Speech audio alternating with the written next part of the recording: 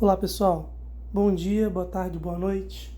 Sejam bem-vindos à nossa próxima aula, ainda dentro de termodinâmica. Hoje a gente vai fazer uma viagem tanto no tempo quanto no espaço. Porque a nossa aula de hoje fala sobre máquinas térmicas. E as máquinas térmicas, elas foram extremamente relevantes para a maior revolução industrial que a gente teve, que foi a primeira revolução industrial.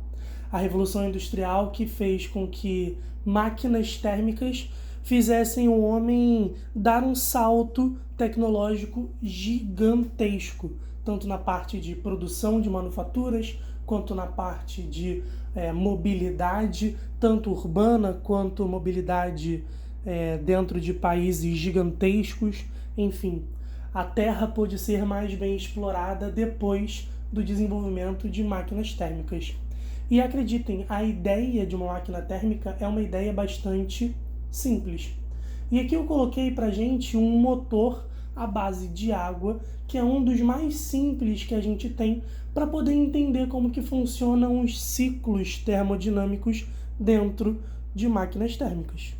Então, a gente volta um pouco no tempo, lá para a primeira Revolução Industrial, lá para o século XVIII, e tenta entender como que os caras conseguiram gerar energia, conseguiram gerar movimento, gerar trabalho através de processos que não fossem mais a força humana, a força bruta humana, mas sim a física a seu favor.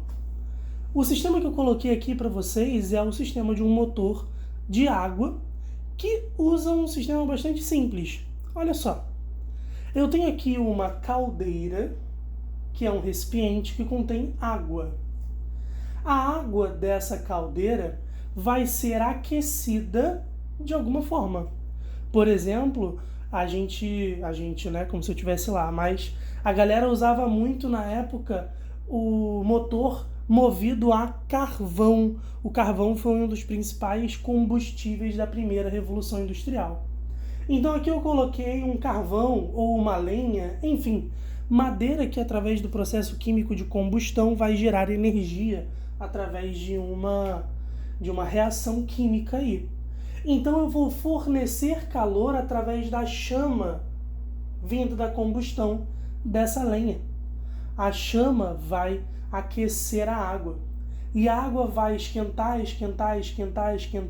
receber esse calor e de início interpretá-lo como calor sensível, calor que vai aumentar a sua temperatura. Mas vai existir um momento em que essa água começa a evaporar. Com isso a gente gera o vapor d'água. A água ferve e gotículas de vapor d'água tendem a subir porque são mais quentes do que o ar atmosférico. E se eu forneço muito calor a ponto da água ferver bastante, esse vapor d'água pode subir com uma velocidade bastante considerável. Se eu obrigo esse vapor d'água a entrar em contato com esse catavento vai poder girar por causa da força que o vapor d'água faz sobre ele. E aí, girando esse catavento, a gente tem um novo tipo de energia, que não é mais uma energia térmica, mas sim uma energia mecânica. Energia associada ao movimento, nesse caso o movimento de rotação do catavento, é o que a gente chama de trabalho. E aí eu posso fazer isso daqui funcionar da maneira mais conveniente para mim. Por exemplo, eu posso acoplar aqui ao catavento um disco que tenha uma roda e com isso fazer o meu trem se movimentar. É daí que vem a Maria Fumaça.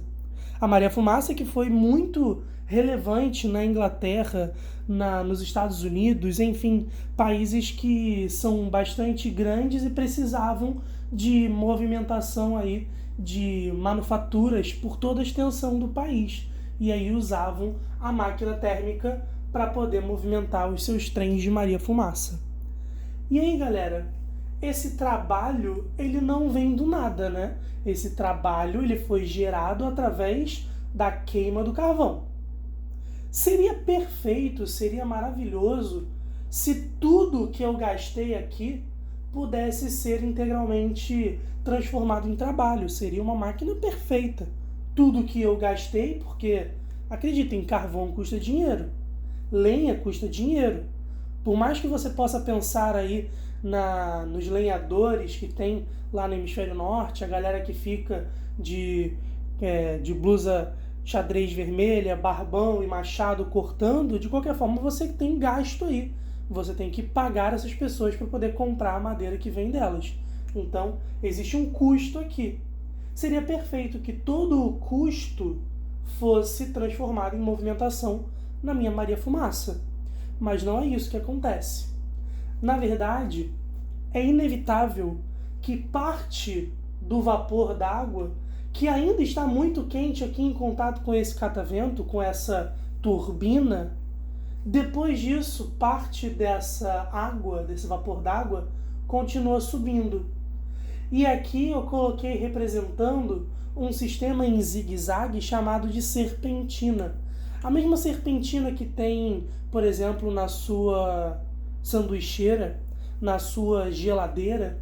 Enfim, a serpentina nada mais é do que um caminho por onde eu condiciono o vapor d'água a passar e obrigá-lo a voltar à caldeira inicialmente, que no caso aqui faz com que seja um ciclo fechado, porque a água está aqui, sobe, passa pela serpentina e volta. Pois é, fechei um ciclo termodinâmico.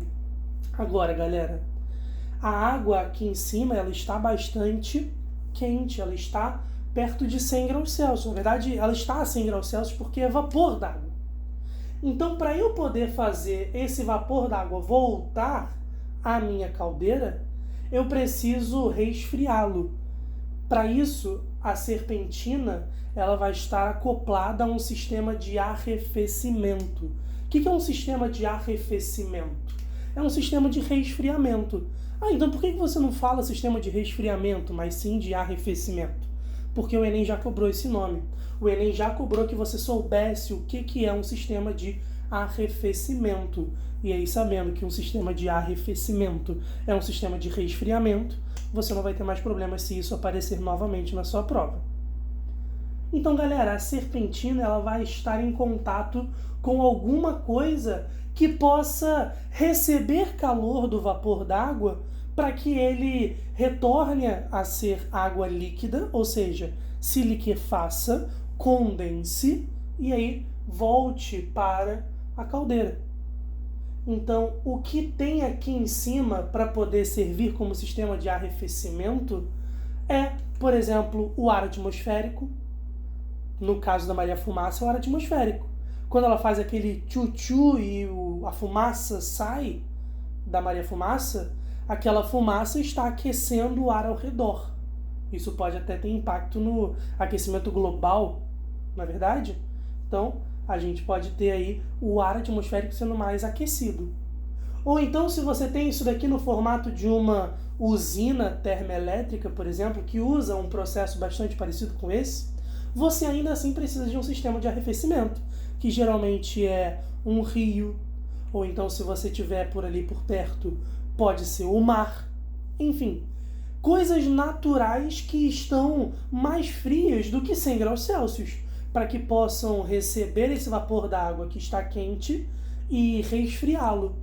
Só que, galera, como a gente estudou no princípio das trocas de calor, em contrapartida a essa diminuição de temperatura do vapor, acaba acontecendo inevitavelmente o aquecimento do sistema de arrefecimento, da chamada fonte fria. Qual é o impacto disso, por exemplo? Muitas regiões que têm termoelétricas próximas ali foram bastante combatidas depois de algum tempo, porque foi visto que muita vida daquele lago, daquele rio, ali nas redondezas, foi morrendo. Porque imagina uma variação de temperatura de 3, 4 graus Celsius, que para nós pode parecer muito pouco. Imagina isso para um organismo que precisa especificamente viver a uma temperatura X. Imagina para esse peixe, por exemplo, como que é viver em X mais 3. Para nós pode ser só um pouquinho mais quente. Para esse peixe pode representar a morte. Então o sistema de arrefecimento ele é naturalmente mais frio do que o sistema de aquecimento. Mas mesmo assim ele acaba recebendo calor que vem daquela sobra, daquele excedente de vapor ali, para poder fazer o vapor ficar mais frio. Mas em contrapartida, a fonte de arrefecimento fica mais quente. Isso tem vários impactos biológicos aí nas redondezas da máquina térmica ou de uma usina termoelétrica. Mas, fechando o nosso ciclo, o vapor vem para cá, uma vez feito água, porque ele já liquefez, ele escorre e volta à caldeira, que vai receber calor da lenha que está queimando, vai evaporar, vai girar a turbina, que vai fazer a roda do seu carro ou então a roda do trem se movimentar. Parte do vapor sobra ainda subindo, troca calor com a fonte fria, entra na serpentina virando água líquida de novo e o ciclo se repete, se repete, se repete. Esse é o ciclo termodinâmico de uma máquina térmica. E a ideia que a gente precisa ter aqui é uma ideia bem simples. Tudo que eu forneci foi o calor recebido pela máquina na queima do carvão. Só que eu não usei isso daqui 100% para gerar trabalho, que era o meu objetivo. Infelizmente, inevitavelmente, parte desse calor foi perdido. Perdido como? Perdido fornecendo calor para esquentar a fonte fria, seja ela um rio, um mar ou o próprio ar. Então a ideia aqui, gente, é que o calor recebido ele vai se dividir.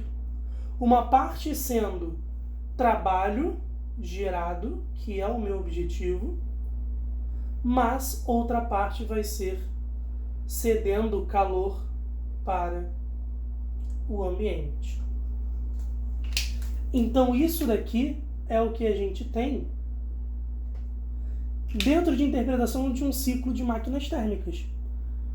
Pode parecer uma fórmula meio difícil de gravar, mas uma vez que você entende o que essa fórmula quer dizer, acredito que tudo fica muito mais fácil. Imagina, queimei aqui carvão e gerei 100 joules de calor. Só que desses 100 joules, eu consegui fazer 40 joules para movimentar a minha Maria Fumaça. Os outros 60 joules foram para onde? Eles sumiram? Eles se desintegraram? Não. Na natureza nada se perde, nada se cria. Tudo apenas se transforma.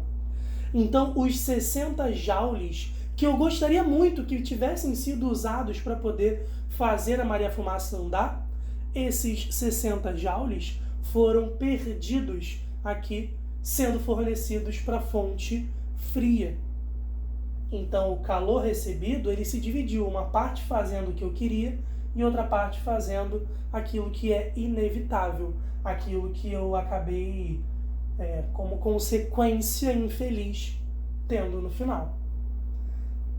E aí eu posso parar para pensar o quanto de rendimento eu consegui produzir aqui.